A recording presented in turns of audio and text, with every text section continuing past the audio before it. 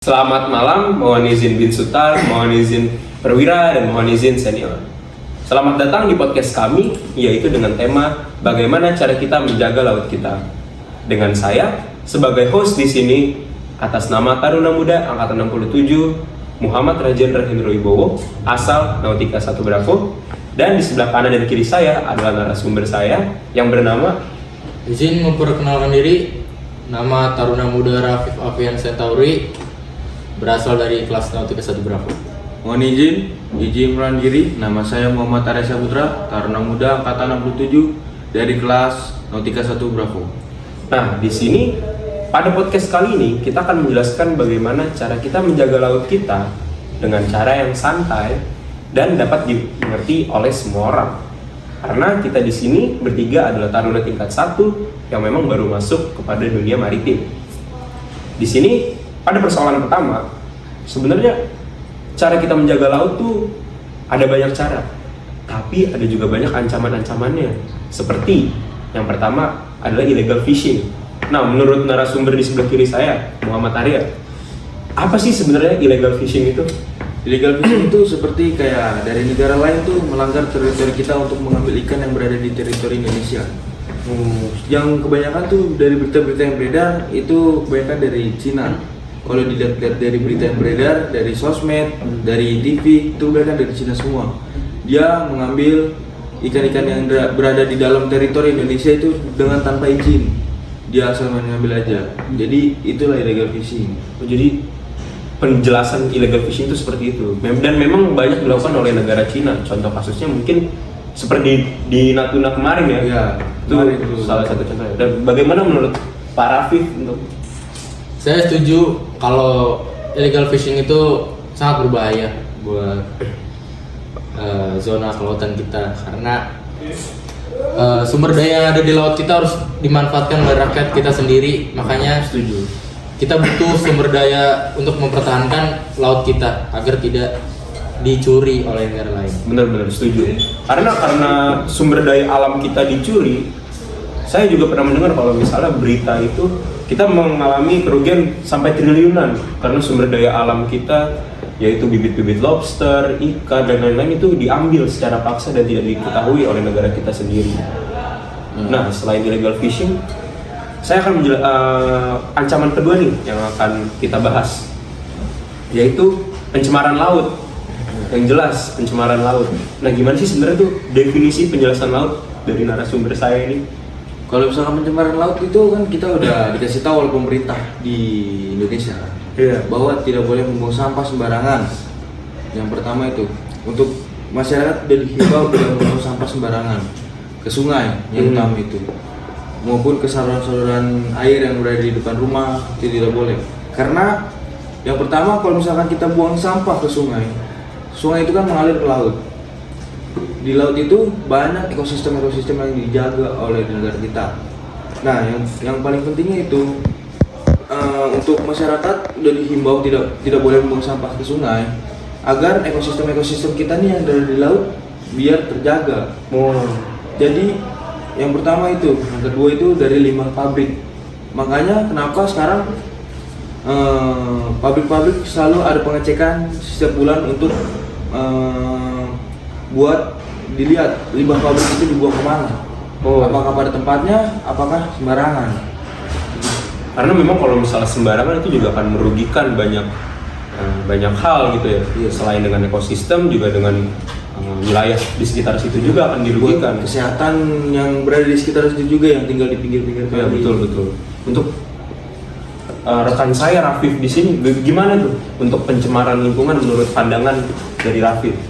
Karena semua sudah dijelaskan oleh rekan saya yang menambahkan bahwa terkadang ketika nelayan ingin menangkap ikan, kadang menggunakan bom, dan itu merusak ekosistem di laut dan mencemari laut. Benar. Jadi ketika bom digunakan, maka ekosistem laut akan rusak dan akan tercemar laut. Itu saja dari saya. Benar. Nah, apalagi itu saya ada tempat, apalagi yang memakai pukat harimau. Banyak terumbu karang yang terbawa oleh pukat harimau. Oh, benar banget. Itu yang bisa rusak. Makanya para nelayan dihimbau untuk tidak menggunakan pukat harimau karena akan merusak terumbu karang yang dijaga oleh pemerintahan kita. Bener banget. Karena banyak terumbu karang yang memang langka di Indonesia dan itu menjadi ciri khas Indonesia sendiri kan. Dan dimana kita juga harus menjaga sumber daya alam dan melestarikan sumber daya alam kita yang menjadi ciri khas di Indonesia ini. Nah, menurut rekan saya Muhammad Arya, ada nggak sih kira-kira pandangan dari ancaman dari segi pariwisata? Dari real life sih ya, yang pernah saya kunjungi suatu pantai yang ada di Pangandaran, Jawa Barat. Saya pernah mengunjungi pantai Pangandaran itu. Di sana memang enak, pemandangannya bagus. Tapi yang saya sesali itu sampah-sampah yang berada di Sampahnya? Iya, sampah-sampah yang berada di pasir-pasir. Bagi pengunjung-pengunjung di sana, dia banyak tukang jajanan di sana, enak tempatnya. Tapi kurangnya tempat untuk membuang sampah itu. Berarti kurangnya kesadaran dari pengelola setempat Ya. untuk kebersihan dari lingkungan tempat itu tersebut. Mungkin menurut saya pengelola setempat itu mau enaknya saja, Oh, benar-benar. tidak mau istilahnya ngasih fasilitas untuk ini nih tempat sampah ini. Di sini kalian buang sampah di sini. Di sini minim buat tempat sampah di sana. Oh, berarti minim kayak informasinya, tempatnya di mana, Ya, dan mungkin kesadaran dari warga lokal setempat. ya. Tapi kalau menurut saya nih, Gimana tuh? kita tidak bisa menyalahkan pemerintah terus-menerus. Betul. Kita juga harus menyalahkan masyarakat. Ini adalah kurangnya kesadaran dari masyarakat untuk menjaga kelestarian lingkungan. Benar. Inilah tugasnya dari kita atau dari pemerintah untuk mengedukasi masyarakat agar lebih tinggi lagi dalam menjaga lingkungan sekitarnya. Benar banget. Apalagi kita sebagai generasi emas yang akan datang, yang memang kita bukan diwajibkan lagi karena ini memang pandangan kita, kesadaran kita agar bisa menjaga laut kita. Setuju. Karena dimana kita juga sebagai taruna pelayaran, laut juga akan menjadi kehidupan kita di masa depan nanti, yang dimana kita harus menjaga. Benar. Mungkin tambahan dari saya untuk pengunjung mungkin bukan dari warga setempat saja yang datang ke Pantai Pangandaran. Mungkin dari luar daerah pun pasti ada yang datang ke situ. Tuh. Saya pun dari luar daerah datang sana untuk menikmati pantai yang di sana. Tapi nyampe sana saya mikir, kok tempat ini enak dilihat, tapi sampahnya tuh yang banyak. Sampahnya yang mengganggu ya. Sampah yang enggak, pemandangan Bener. bagus, bagus, tempatnya enak. Benar. Tapi banyak sampah-sampah yang kalau bisa dibilang kita jalan di pasir pantai itu, kalau kita jalan pasti kaki kita masuk kan dalam pasir. Itu pasti ada sampahnya di dalam. Ada aja. Iya. Botol teh eco. Iya. Ale-ale. Benar. Terus juga kita sebagai taruna yang baru masuk taruna muda, Benar. kita mengingatkan lah untuk para pengunjung pantai yang pengen menikmati keindahan laut, kita harus saling menjaga karena di pantai ini gak cuman untuk dinikmati saja, Benar. tapi harus dijaga juga. Betul. Saya setuju banget dengan rekan saya. Mungkin untuk rekan saya Rafif, apakah ada kata-kata atau pandangan yang ingin ditambahkan? Kalau menurut saya inilah saatnya untuk kita menambah kesadaran dari diri kita masing-masing untuk lebih menjaga kelestarian lingkungan, terutama di pantai-pantai, di laut-laut, agar laut kita tidak tercemar, agar ikan-ikan kita sehat, ketika kita makan proteinnya masih banyak.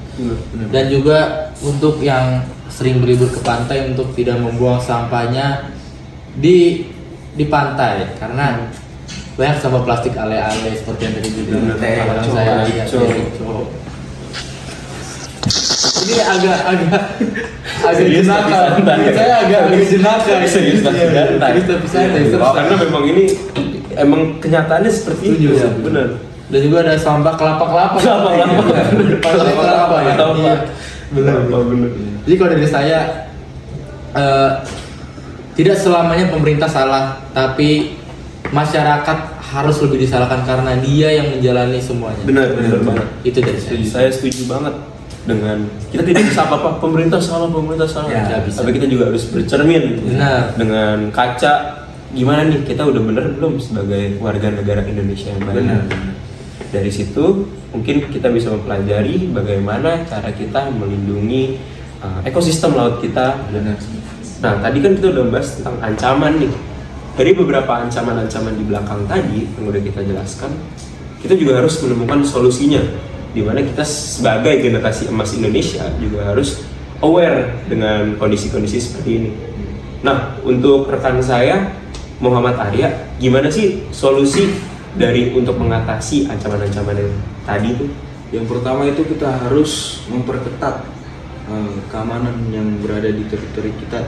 Kita harus menjaga teritori kita agar maling-maling negara lain itu buat masuk ke negara kita lebih dijaga. Benar. Agar ikan-ikan yang ada di daerah teritori Indonesia tetap aman. Benar, Supaya bisa nelayan-nelayan di Indonesia banyak ngambil ikannya. benar. Terus juga yang kedua, tambah amunisi alutsista buat di laut, Benar. buat matra laut. Karena yang bikin kurangnya efisiensi buat menjaga teritori di Indonesia ini karena kurangnya alutsista. Benar. Kalau alutsistanya memadai, bakalan terjaga aman. Yang ketiga, untuk oknum-oknum nih, banyak oknum-oknum dari limbah pabrik itu yang buat dibuang ke sungai dan mengalir ke laut itu, kita harus basmi.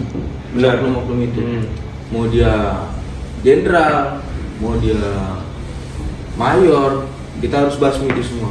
Karena itu salah, karena membuat lingkungannya buruk dan ekonomi ekosistem yang ada di laut itu bikin rusak.